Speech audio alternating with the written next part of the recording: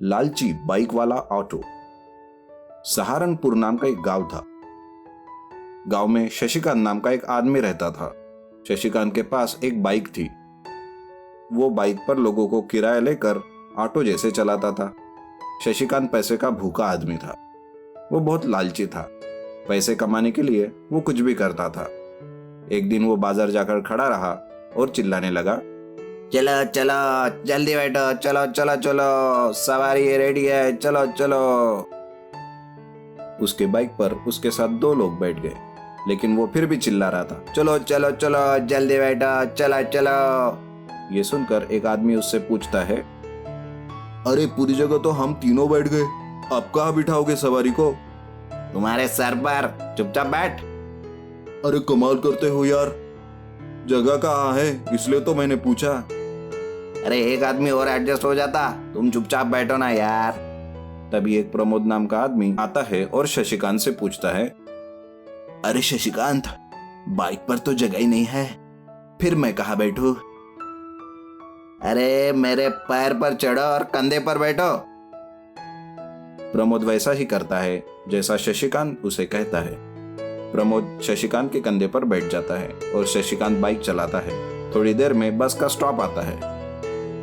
सब उतर जाते हैं। शशिकांत सबको कहता है, चला चला सब एक एक करके 30 रुपए दे दो, जल्दी जल्दी जल्दी। अरे ये क्या है, यहाँ आने के तो 20 रुपए होते हैं, तुम 30 रुपए किस बात के ले रहे हो? अरे इतना रिस्क लेकर तुम लोगों को पहुंचा रहा हूँ, इसलिए इंश्योरेंस का पैसा ले रहा हूं मैं। अगर मुझे या तुम में से किसी को कुछ हो गया तो उसकी जिम्मेदारी तो लेनी पड़ेगी ना। अच्छा अच्छा, क्या सच में तुम जिम्मेदारी लोगे, या ऐसे ही मुंह में आया और बके जा रहे हो? अब हमारे पास दूसरा ऑप्शन नहीं है, इसलिए 30-30 रुपए देना पड़ रहा है। शशिकांत ऐसे ही रोज लोगों को कभी भेड़ बकरियों के साथ, तो कभी गाय, तो कभी सवारी के ऊपर भी आदमी को बिठाकर किराया लेता था। लेकिन एक दिन वो अपनी बाइक की तरफ देखकर सोचता है, यार जितना कमाता हूं ना, उतना ये बाइक कुछ कमा कर नहीं दे रही। ज्यादा इनकम करने के लिए कुछ जुगाड़ करना पड़ेगा। शशिकांत अपनी बाइक के कैरियर पर एक ऑटो जोड़ देता है और उस पर लोहे की वेल्डिंग करके पक्का कर देता है। दूसरे दिन गांव के चौराहे पर आता है, चला चलो जल्दी बैठो, जल्दी जल्दी, नई टैक्सी का आनंद उठाओ, चलो चलो। थोड़ी देर में बाइक पर 2 और पीछे ऑटो में 3 लोग बैठ जाते हैं। तभी प्रमोद आता है। वो कहता है, अरे यू वेल्डिंग करके पीछे ऑटो जोड़कर हमें उसमें बिठा रहे हो, तुम्हें नहीं लगता ये गैर कानूनी है और इससे जान का खतरा भी रहेगा? अच्छा, अब तुम मुझे सिखा रहे हो? जब गांव में फिल्म की शूटिंग होती थी तब दीवार पर चढ़कर देखते थे ना, तब खतरा नहीं रहता। बाढ़ आती है जब गांव में, तब एक नाव को 2-3 बांध कर लेकर जाते हो, तब खतरा नहीं होता। देख, बैठना है तो बैठ, वरना और भी है, लेकिन फालतू का ज्ञान देकर ना मुझे मत सिखा। ऐसे ही शशिकांत बाइक और ऑटो में ठूस ठूस कर लोग भर देता है और रोज किराया ज्यादा मिलने के चक्कर में टैक्सी चलाता है। लेकिन एक दिन ऐसे ही प्रमोद दूसरे गांव जाने के लिए स्टैंड पर आता है, लेकिन शशिकांत की टैक्सी में जगह नहीं रहती। अरे यार, अब मैं कैसे जाऊंगा दूसरे गांव, टैक्सी में तो जगह ही नहीं है। अरे क्यों टेंशन ले रहे हो यार, आ जाओ और जल्दी से मेरे कंधे पर चढ़कर बैठो। प्रमोद को जरूरी काम रहता है, इसलिए वो बिना सोचे समझे शशिकांत के कंधे पर जाकर बैठ जाता है। थोड़ी दूर पर ही टैक्सी जाती है और एक पत्थर से टैक्सी उछलती है। जिस वेल्डिंग से बाइक के पीछे ऑटो जोड़कर रहता है, वो वेल्डिंग टूट जाती है और ऑटो पलट जाता है। और इधर बाइक पर जो प्रमोद शशिकांत के कंधे पर बैठा रहता है, वो भी धड़ाम से नीचे गिरता है और उसकी कमर टूट जाती है। सब लोग चिल्लाते हैं, हाय रे, अरे मर गया रे, मैं मर गया, मेरी कमर टूट गई रे। तभी एक आदमी शशिकांत को कहता है, अरे शशिकांत, हम तुम्हें 10-10 रुपए ज्यादा के देते थे जो तुम इंश्योरेंस के नाम पर लेते थे। अब देखो सब जख्मी हो गए, चलो हम सबको अस्पताल में भर्ती करो और सबका इलाज कराओ। शशिकांत सोचने लगता है और कहता है, अब देखो ऐसी बात है ना कि ये बोलकर वो सबको छोड़कर भागने लगता है और सारे लोग उसके पीछे भागते हैं, उसे पकड़ते हैं और उसकी खूब पिटाई करते हैं। जगदीश्वर का जायंट कोकोनट। प्रयागराज नाम के एक गांव में 20 साल के जगदीश्वर नाम का लड़का रहता है। वो अपने घर में कई तरह के वैज्ञानिक प्रयोग करता रहता है। वो अपने अलग अलग प्रकार के वैज्ञानिक प्रयोगों से काफी मशहूर हुआ रहता है। एक दिन वो अपने गांव के बिजली के खंभे पर चढ़ता है और प्रयोग करने की वजह से पूरे गांव की बिजली चली जाती है। ऐसे ही वो अपने दोस्त के साथ एक दिन एक दुकान में जाता है और उस दुकान के फ्रिज का दरवाजा खोल के रख देता है, जिसकी वजह से दुकानदार कुछ निकालने जाता है तो पूरा का पूरा दरवाजा ही उसके हाथ में आ जाता है। पूरे गांव वाले उससे परेशान होकर रहते हैं। गर्मियों का मौसम चल रहा होता है। मई का महीना आते ही उस गांव में सूखा पड़ना चालू होता है। वहां की नदी, तालाब, कुएं सब सूख जाते हैं। लोगों के पास नहाने के लिए तो छोड़िए, पीने के लिए भी पानी नहीं रहता। गांव का मुखिया गांव के बड़े लोगों को मीटिंग के लिए बुलाता है और कहता है, आप सभी को पता है कि इस बार गर्मी की वजह से सारे तालाब, नदी और कुएं सूख चुके हैं। हमारे पास नहाने के लिए तो छोड़िए, पीने के लिए भी पानी नहीं है। मान्यवर, अब आप ही इस पर कुछ सुझाव बताइए। एक मनोज नाम का लड़का वहां पे रहता है। वो कहता है, मुखिया जी, वो बड़े किले का जो छोटा पंडित है ना, उसे बुलाइए। अब वही कुछ कर सकता है। बेटा मनोज, तंत्र मंत्र सब करके देख लिया, मुझे कुछ समझ में नहीं आ रहा है।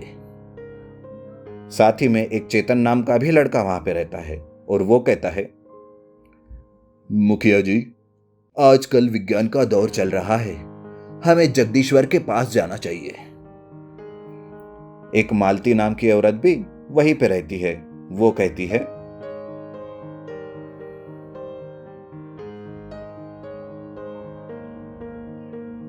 चलो ठीक है, यह भी अपना कर देखते हैं। फिर सारा गांव अपनी समस्या का हल निकालने जगदीश्वर के पास जाता है। उसके पास पहुंचकर गांव के मुखिया जगदीश्वर के घर की बेल बजाते हैं। जगदीश्वर बेटे, क्या तुम घर पर हो? हमें तुमसे थोड़ा काम है। अरे मुखिया जी, आइए आइए।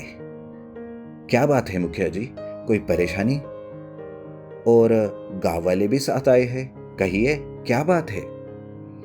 तुम्हें तो पता ही होगा जगदीश्वर कि कड़क धूप के चलते हुए गांव में सूखा पड़ा है। पानी की बहुत समस्या चल रही है। इस पर अगर कोई हल नहीं निकला तो इस साल बड़ी परेशानी हो जाएगी गांव में। इसलिए हम सब तुम्हारे पास मदद की आस लेकर आए हैं बेटा। हम सबकी मदद करो बेटा। मुखिया जी, मैं कोई बड़ा वैज्ञानिक तो नहीं हूं जो पानी तैयार कर सकूं, लेकिन हाँ, इस समस्या के लिए मेरे पास एक उपाय है। लेकिन आप सब गांव वाले पहले ही मेरे वैज्ञानिक प्रयोगों से परेशान हैं। कुछ गड़बड़ हो गई तो मुझे ही भला बुरा कहेंगे आप। अरे नहीं नहीं बेटा, वक्त ऐसा आया है कि गधे को भी बाप कहना पड़ रहा है। क्या क्या कहा? यानी कि मैं एक गधा हूं? है ना? अरे नहीं बेटा, ऐसा नहीं है। बस एक बात बोल दी मैंने, तुम दिल पे मत लेना। बस इस परेशानी का हल निकालो बेटा। अब सब कुछ तुम्हारे ही हाथ में है। अगर ऐसा है तो मेरे पास एक हल है। कौन सा हल है बेटा, हमें भी बताओ। मेरे खुद का अब तक का सबसे सफल रिसर्च, द एक्सटेंडर गन। ये एक बंदूक है। इससे कुछ किरणें निकलती है और जिस चीज पर ये किरणें गिरती है वो एक बड़ा रूप ले लेती है। अच्छा अच्छा, लेकिन उससे क्या होगा? आइए मुखिया जी, मैं आपको दिखाता हूं। जगदीश्वर एक बच्चे के हाथ से उसका खिलौना लेता है और उस खिलौने पर अपनी एक्सटेंडर गन से किरणें गिराता है। देखते ही देखते वो खिलौना इतना बड़ा हो जाता है कि सारे चौंक जाते हैं। लेकिन फिर मुखिया जी पूछते हैं, ये तो ठीक है बेटा, ये खिलौना बड़ा हो गया, लेकिन पानी जैसी चीज बड़ी होगी भी या नहीं, ये कैसे पता चलेगा? यह बात सुनकर जगदीश्वर मुखिया जी से कहते हैं, चलिए मुखिया जी, एक बार और देखते हैं। जगदीश्वर मुखिया सहित सारे गांव को एक कोकोनट के पेड़ के पास लेकर जाते हैं। जगदीश्वर चेतन से कहता है, चेतन, क्या तुम एक काम कर सकते हो? उस पेड़ पर से एक नारियल तोड़ कर देना। हाँ हाँ जगदीश्वर, मैं अभी तोड़ कर लाता हूं। चेतन बंदर जैसे सपासप नारियल के पेड़ पर चढ़कर एक नारियल तोड़ कर लाता है। फिर जगदीश्वर उसे खुले मैदान में ले जाकर उस पर एक्सटेंडर गन से लाइट छोड़ता है। देखते ही देखते वह नारियल धीरे धीरे एक जायंट कोकोनट में तब्दील हो जाता है। उसका साइज एक 5 मंजिली इमारत जितना रहता है। फिर मुखिया एक आदमी को नारियल में छोटा सा छेद करने के लिए कहता है, अरे इसमें से तो पानी निकल रहा है, ये! अब आपको इस सूखे तक नहाने धोने के लिए इतना पानी काफी है ना मुखिया जी? वो भी एकदम शुद्ध नारियल पानी। ये बात देखकर मुखिया जी कहते हैं, अरे वाह बेटा वाह, जगदीश्वर, तुमने आज हम सब की जान बचा ली, वरना हम तो सोच पे पड़ गए थे कि इस धूप में क्या करें और क्या नहीं। सारे गांववासी खुशी से उसी जायंट कोकोनट नारियल के पानी से नहाने धोने लगते हैं, जिससे उनका स्वास्थ्य भी ठीक रहता है और कोई बीमारी भी नहीं फैलती। ये देखकर मुखिया और सारे गांव वाले जगदीश्वर को सम्मानित करते हैं और उसे उचित इनाम भी देते हैं। इलाहाबाद में सुधाकर नाम के एक मशहूर व्यापारी रहते थे। उनका कपड़ों का व्यापार था और उनका व्यापार बहुत अच्छा चल रहा था। सुधाकर जी की पत्नी का नाम सुजाता था और उन दोनों को एक बेटा था जिसका नाम सुधीर था। सुधीर एक बहुत ही आलसी और कामचोर लड़का था, जिसकी वजह से उसके माँ बाप बहुत परेशान थे। एक दिन, अरे बेटा सुधीर, कहाँ से आ रहे हो? दोस्तों के साथ था बाबूजी, बस ऐसे ही घूम कर आ रहा हूँ। अरे बेटा, ऐसे आवारा घूमने से अच्छा तुम मेरे साथ हमारी दुकान में क्यों नहीं आते बेटा? आगे चल के ये सब तुम्हें ही संभालना है। मेरे साथ आओगे तो तुम काम भी सीख लोगे और तुम्हें अच्छा तजुर्बा भी हो जाएगा। देखिए बाबूजी, मुझे ये काम वाम करना बिल्कुल अच्छा नहीं लगता। आप कृपया मेरे पीछे मत पड़िए। और वैसे भी आप कर रहे हैं ना काम, और सब अच्छा ही चल रहा है, फिर मेरा क्या काम है दुकान में? ये देखकर सुधाकर अपनी पत्नी की तरफ देखते ही रह गए और उनकी पत्नी सुजाता भी नाराज हो गई। फिर रात को सोने के वक्त सुधाकर जी की पत्नी सुजाता ने एक बात कही। जी सुनिए सुधीर के बाबूजी, मैं एक बात कहना चाहती हूँ, लेकिन आप गुस्सा मत होना। नहीं सुजाता, गुस्सा नहीं होऊंगा, कहो क्या कहना चाहती हो? देखिए, मुझे लगता है सुधीर अभी नादान है, उसे अच्छे बुरे की समझ नहीं है। इसलिए मुझे लगता है कि अगर उसे जिम्मेदारी का एहसास हो गया तो शायद वो सुधर जाएगा। कहना क्या चाहती हो सुजाता? साफ साफ कहो ना। मैं ये कहना चाहती हूँ कि क्यों ना हम सुधीर की शादी कर दे। इससे उसे जिम्मेदारी का एहसास भी होगा और अपने काम भी करने लगेगा। वैसे बात तो ठीक है, लेकिन वो सुधरेगा या नहीं ये तो ऊपर वाला ही जानता है। ठीक है, मेरे एक दोस्त है प्यारेलाल जी, मैं कल ही उनसे बात करता हूँ। उनकी बेटी के लिए वो लड़का देख रहे हैं। अगर मान गए तो उनकी बेटी सपना ही हमारी घर की बहू बनेगी। कुछ ही दिनों में सुधीर की शादी सपना से होती है।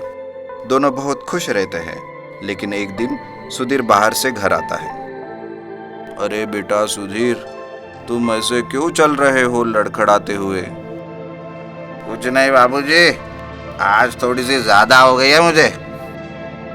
क्या तुमने शराब पी है? ये क्या बात है बेटा? शराब पीना अच्छी बात नहीं होती। अरे बाबूजी, आप क्यों हमेशा मेरे पीछे पड़े रहते हो? ये मत करो, वो मत करो। अब मैं बच्चा नहीं रहा, और अब तो मेरी शादी भी हो गई है। इसलिए तो बोल रहा हूँ बेटा, अब तुम्हारी शादी हो गई है, तुम्हें अब जिम्मेदारी से काम लेना होगा। अपनी जिम्मेदारी लेना सीखो बेटा। अरे बाबूजी, मुझे ये सब करने की कोई जरूरत नहीं। ये जिम्मेदारी, ये काम, ये सब मेरे समझ के बाहर है। ऐसा बोल के सुधीर अपने कमरे में चला जाता है। इस सोच में डूबे सुधाकर और उनकी पत्नी सुजाता दोनों की तबीयत खराब हो जाती है और उनकी दुकान भी नुकसान में जाने लगती है। अरे बेटा सुधीर, जरा मेरी बात सुनो। मेरी तबीयत खराब होने की वजह से मैं दुकान पे नहीं जा पा रहा हूँ। अगर तुम जाकर दुकान संभालोगे तो अच्छा होगा बेटा। अरे बाबूजी, मैंने कितनी बार कहा है, मुझे दुकान नहीं जाना। मुझे काम करना बिल्कुल भी अच्छा नहीं लगता। आप समझते क्यों नहीं हो? ये कहकर सुधीर वहां से चला जाता है। फिर एक दिन खबर आती है कि सुधाकर जी के दुकान को आग लगती है और उनकी दुकान पूरी तरह जल जाती है। ये सुनते ही धक्के से सुधाकर और उनकी पत्नी सुजाता जी की मृत्यु हो जाती है। धीरे धीरे सुधीर के पास पैसे भी खत्म हो जाते हैं। सुनिए, आज घर में पूरे पैसे खत्म हो गए, अब कुछ भी बाकी नहीं है। आप कुछ काम करके पैसे लाने की कोशिश कीजिए ना। अरे सुन सपना, मुझे सुझाव देने की हिम्मत कभी मत करना। अपना सुझाव अपने पास ही रखो। चलो जाओ यहाँ से। पैसे खत्म होने की वजह से एक दिन सुधीर को अपना घर भी बेचना पड़ता है और वे दोनों एक छोटे से घर में आके रहने लगते हैं। सुनिए, अब तो कुछ भी नहीं रहा घर में। अब तो कुछ काम कीजिए, वरना कैसे होगा हमारा गुजारा। अरे मैंने बोला ना, मुझसे ये काम वाम करना नहीं होता। कितनी बार बताओ तुम्हें, तुम समझती क्यों नहीं हो? लेकिन फिर हम कैसे रहेंगे और खाएंगे क्या? वो सब मुझे नहीं पता। चलो जाओ यहाँ से। फिर रात भर सपना सोचती रहती है और दूसरे दिन। सुनिए, मैं एक बात कहूँ क्या? आप बुरा तो नहीं मानोगे? क्या बात है? बोलो। मेरे पास तुम्हारी फालतू बातों के लिए वक्त नहीं है। जो कहना है जल्दी से कहो। आपको मेरे हाथ की आलू टिक्की पसंद है ना? मैं सोच रही थी क्यों ना हम गांव के रेलवे स्टेशन पे आलू की टिक्की की गाड़ी डालें। वो जरूर लोगों को भी पसंद आएगी और हमारे पास थोड़े पैसे भी आ जाएंगे। मैंने कहा ना, मुझे इस सब बातों में मत घसीटो। तुम्हें जो करना है करो, बस मेरा पिज्जा छोड़ दो और मुझसे कोई उम्मीद भी मत रखो। ये सुन के सपना थोड़ी नाराज हो जाती है, लेकिन हिम्मत नहीं हारती और दूसरे ही दिन वो गांव के रेलवे स्टेशन पर आलू की टिक्की की गाड़ी लगाती है। ले लो, गर्मा गर्म आलू टिक्की ले लो। थोड़ी ही देर में सपना की गाड़ी पे लोगों की भीड़ लग जाती है। अरे वाह, ये आलू टिक्की तो बहुत स्वादिष्ट है। मैंने बहुत दिनों के बाद खाई है ऐसे स्वादिष्ट आलू टिक्की। ठीक कहते हो भाई, मुझे भी बहुत स्वादिष्ट लगी है ये आलू की टिक्की। वाह, खा के तो मजा आ गया। देखते ही देखते सपना की आलू टिक्की पूरे गांव में मशहूर हो गई और अब तो गांव में होने वाली शादी और त्योहारों में भी सपना ऑर्डर लेने लग गई थी। फिर एक दिन सुधीर ऐसे ही गांव के चौराहे में बैठा रहता है, तभी एक आदमी उसके पास आता है। अरे सुधीर, क्या चल रहा है? तुम्हारी पत्नी तो पूरे गांव में अपने आलू टिक्की से मशहूर हो गए है, लेकिन तुम तो अभी भी आवारा घूमते रहते हो और अपना वक्त बर्बाद करते रहते हो। अरे जाओ भाई, क्यों मेरा दिमाग खराब कर रहे हो? जाओ यहाँ से। अरे सुधीर, जरा सोचो, तुम जो रोज की दारू पीते हो वो किसके पैसे से आते हैं? अब तो तुम्हारे बाबूजी का दुकान भी नहीं है जो तुम्हें पैसे देंगे। फिर जरा सोचो कि पैसे तुम्हारी पत्नी देते हैं ना, फिर उसके साथ काम करने में या उसका मदद करने में क्या शर्म है? ये बोल के वो आदमी वहां से चला जाता है और सुधीर सोचता है, बात तो इसने ठीक कही है। जब बाबूजी थे तो उनके पैसों से मैंने दारू पी, पर अब तो अपनी पत्नी की मेहनत की कमाई को दारू में उड़ा रहा हूँ। हे भगवान, मैं कितना नालायक हूँ। जो इतनी मेहनती बीवी की कोई मदद भी नहीं कर रहा हूँ। नहीं नहीं, ऐसा नहीं होगा। मैं अभी घर जाता हूँ और अपनी बीवी की माफ़ी मांगता हूँ। सपना, अरे ओ सपना। जी कहिए, क्या हुआ? सपना, मुझे माफ़ कर दो। मैंने तुम्हें बहुत तकलीफ दी, तुम्हें हमेशा बेइज्जत किया, तुम्हारे काम में हाथ तक नहीं बटा सका। मुझे माफ़ कर दो सपना। उठिए, ये आप क्या कर रहे हो? आप मेरे पति हो, मेरे भगवान, ऐसा मत कीजिए। मैं आपको माफ कर दूंगी, लेकिन कल से आपको मेरे साथ आलू टिक्की की गाड़ी पे हाथ बटाना होगा, ठीक है ना? ठीक है सपना। जो बात मुझे वक्त रहते समझ जानी चाहिए थी, वो मैं आज इतने सालों के बाद समझ गया। कोई बात नहीं, देर आए दुरुस्त आए। और फिर दूसरे दिन से ही सपना और सुधीर दोनों एक साथ आलू टिक्की बेचने लगे।